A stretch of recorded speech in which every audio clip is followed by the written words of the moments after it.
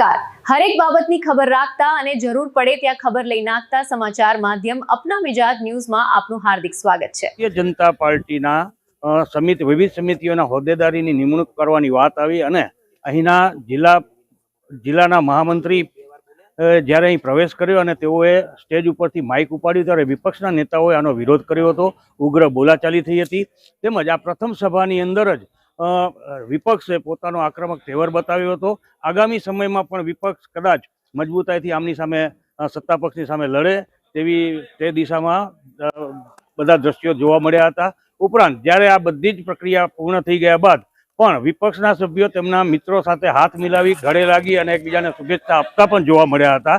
એટલે બે પાસા અહીં દેખાયા હતા કે જ્યારે સામાન્ય સભા ચાલુ હતી ત્યારે વિપક્ષ અને સત્તાપક્ષ સામસામે આવી ગયો હતો, પરંતુ જેવી સભા પૂર્ણ થઈ અને બધી જ સભાનું જ્યારે પૂર્ણાહુતિ કરવામાં આવી ત્યારે એકબીજાને શુભેચ્છા આપતા જોવા મળ્યા હતા। નમસ્કાર। એ કરવાના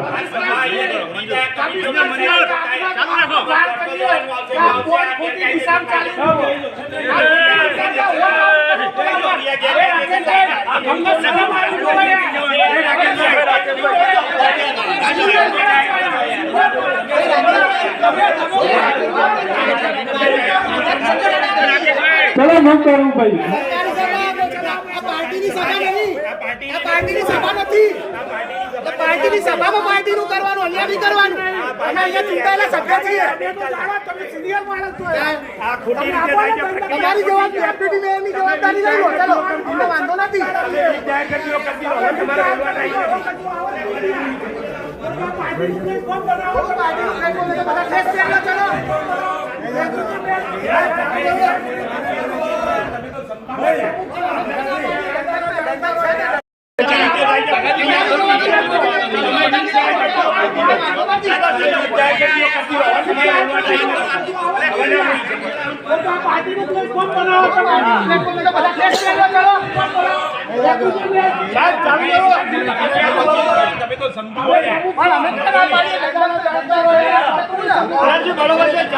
બીજા કોઈ સભ્ય બોલો ને, તમે ચાલુ કરો। હા, ચાલુ કરો।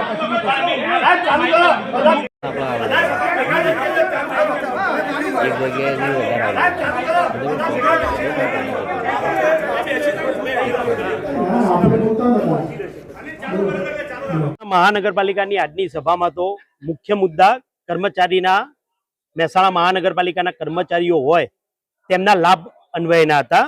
તેમાં 10% NSP કપાતની વાત હતી। કર્મચારીઓના હિતની વાત છે, એની અંદર અમે પોઝિટિવ જ છીએ। અને બીજો દરખાસ્ત નંબર 2 હતી કે મહાનગરપાલિકાના કાયમી કર્મચારીઓનું ઉચ્ચતર પગાર ધોરણ। પણ પ્રથમ વાત એ છે કે મહાનગરપાલિકાના કાયમી કર્મચારીઓ અમને કયા તો 1.5 વર્ષની અંદર મહેકમ પ્રમાણે મહેસાણા નગરપાલિકાના કર્મચારીઓને મહેસાણા મહાનગરપાલિકાની અંદર સમાવેશ કરતો ઠરાવ કરવામાં આવે છે કે કેમ, એ મોટો પ્રશ્નાર્થ છે। જ્યાં સુધી મને ખ્યાલ છે ત્યાં આગળ અને ત્યાંથી કહેવામાં આવ્યું એ મુજબ ઠરાવ હજુ પ્રક્રિયામાં છે અને એક બાજુ અધિકારી શ્રી બીજા કહી રહ્યા છે કે ઠરાવ થઈ ગયો છે। એટલે આ બાબતે ખરેખર ચોક્કસતા નથી।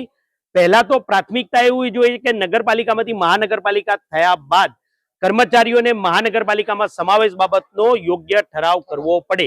એ ઠરાવ જ્યારે બોડી નથી ત્યારે વહીવટદારશ્રીએ કરવો પડે, પણ વહીવટદારશ્રીએ ઠરાવ કર્યો છે કે કેમ, એક મોટો પ્રશ્નાર્થ છે। આ ઠરાવ લાવ્યા બાદ કર્મચારીઓને જે પણ લાભ મળવા પાત્ર જે આપવા જ જોઈએ એના પક્ષમાં જ અમે છીએ। ત્યારબાદ એક મહત્વનું કામ એવું હતું કે ભાઈ 70-20-10ની સ્કીમ ચાલે છે, એની અંદર 10% અનુસૂચિત જાતિ અને પછાત વર્ગ પાસેથી લોકફાળો લેવાની વાત છે। તો અમે કહ્યું કે ભાઈ આટલી મોટી મહાનગરપાલિકાથી હવે 10% લોકફાળો, હાલ 10-20% સોસાયટીઓના રોડ રસ્તા કે કોમન પ્લોટની કામગીરી બાકી હશે, તો એની અંદર કેમ બાકી રહી હશે કે થોડું ઘણું આર્થિક એમને બોજો પડતો હશે એના માટે બાકી હશે। તો 10% ખર્ચ જે છે એ પણ લાભાર્થી પાસેથી લીધા વિના પછાત વર્ગની સોસાયટીઓમાં અને અનુસૂચિત જાતિની સોસાયટીઓમાં એ પણ 10% પણ મહેસાણા મહાનગરપાલિકા આપે અને 100% રકમમાંથી એમને આ યોજનાનો લાભ મળે, એના માટેની અમારી કોંગ્રેસ પક્ષની રજૂઆત હતી। બેઠકની વચ્ચે હોબાળો થયો, વિપક્ષ અને શાસક પક્ષ સામસામે આવી ગયા, એ મુદ્દો ખરેખર તો મ્યુનિસિપલ એક્ટ મુજબ સભા ચાલુ હોય તો સભાની અંદર જે કાઉન્સિલરશ્રીઓ હોય કે મેયર હોય, ડેપ્યુટી મેયર હોય, એ જ અંદર સભાની અંદર ચર્ચાની અંદર ભાગ લઈ શકે। પરંતુ આજની સભાની અંદર આપણે જોયું અને સૌએ જોયું, સમગ્ર મહેસાણા જોશે કે કાયદાનો સરેઆમ ભંગ કરી અને ભારતીય જનતા પાર્ટીના હોદ્દેદાર અહીંયા આવી અને સ્ટેજ ઉપરથી મંચ ઉપર બેસી જઈ અને તેમનો ભારતીય જનતા પાર્ટીનો પત્ર વાંચવા માંડ્યા. ખરેખર એમની પાસે દંડક છે, શાસક પક્ષના નેતા છે, મેયર છે, બધા જ હોવા છતાં પણ એ રહ્યા આવી અને ભારતીય જનતા પાર્ટીના કોઈ પણ જાતના મહેસાણા મહાનગરપાલિકામાં એમનો હોદ્દો ન હોવા છતાં પણ આવી અને ત્યાં આગળ રજૂઆત કરવા માંડ્યા. એટલે અમે સખત વાંધો લીધો કે આ કાયદાકીય પ્રક્રિયાથી વિરોધમાં હોય.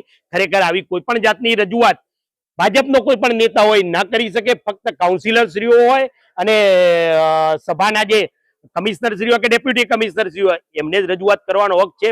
કોઈ રાજકીય પાર્ટીના આગેવાનને અહીંયા સ્ટેજ ઉપર બેસીને બોલવાનો અધિકાર ન હોવા છતાં પણ સરેઆમ મ્યુનિસિપલ એક્ટનો ભંગ કરી અને ગેરકાયદેસર રીતે સભાનું સંચાલન કરવામાં આવ્યું છે. મહેસાણા મહાનગરપાલિકા અસ્તિત્વમાં આવ્યા પછી આજે સૌ પ્રથમ બોર્ડ મળ્યું હતું, જેમાં એજન્ડા મુજબનો 9 કામ અને 2 હાથ ઉપરના કામ એમ ટોટલ 11 કામ હતા. એમાં 11 કામ સર્વાનુમતે મંજૂર કરવામાં આવ્યા છે. એજન્ડા સિવાય 2 કામ હાથ ઉપરના એ હતા કે માનનીય વડાપ્રધાન શ્રી નરેન્દ્રભાઈ મોદી સાહેબ સૌથી વધારે સમય સુધી વડાપ્રધાન તરીકે ચૂંટાયેલા વડાપ્રધાન તરીકે રહેવા બદલ અભિનંદન આપતો ઠરાવ, તેમજ લાખવડ ખાતે આકાર લઈ રહેલું તળાવ જેનું નામાભિધાન પંડિત શ્યામાપ્રસાદ મુખર્જીના નામે તેમજ તેમનું સ્ટેચ્યુ ત્યાં મૂકવાનો ઠરાવ, એમ 2 હાથના કામ લેવામાં આવ્યા છે. આપણે ફાયર વિભાગમાં વિવાદ થયો છે ભ્રષ્ટાચારમાં, એ બાબતે શું કહેવું? એ વિષય હજુ મારે એટલે આપણે એનું ઉચ્ચતર પગાર ધોરણની વાત છે ને ફાયરમાં ડ્રાઈવર કમ ફાયરમેનની ભરતીની વાત છે, તો એ શું થઈ શકે એવું છે કે એમાં કોઈ પ્રશ્ન છે?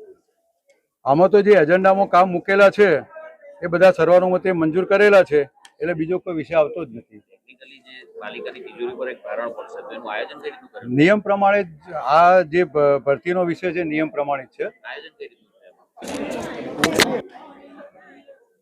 આયોજનમાં તો એમાં તો જે એનો જે નિયમ પ્રમાણે થતું છે એ થશે, એમાં કોઈ બીજો વિષય આવતો જ નથી.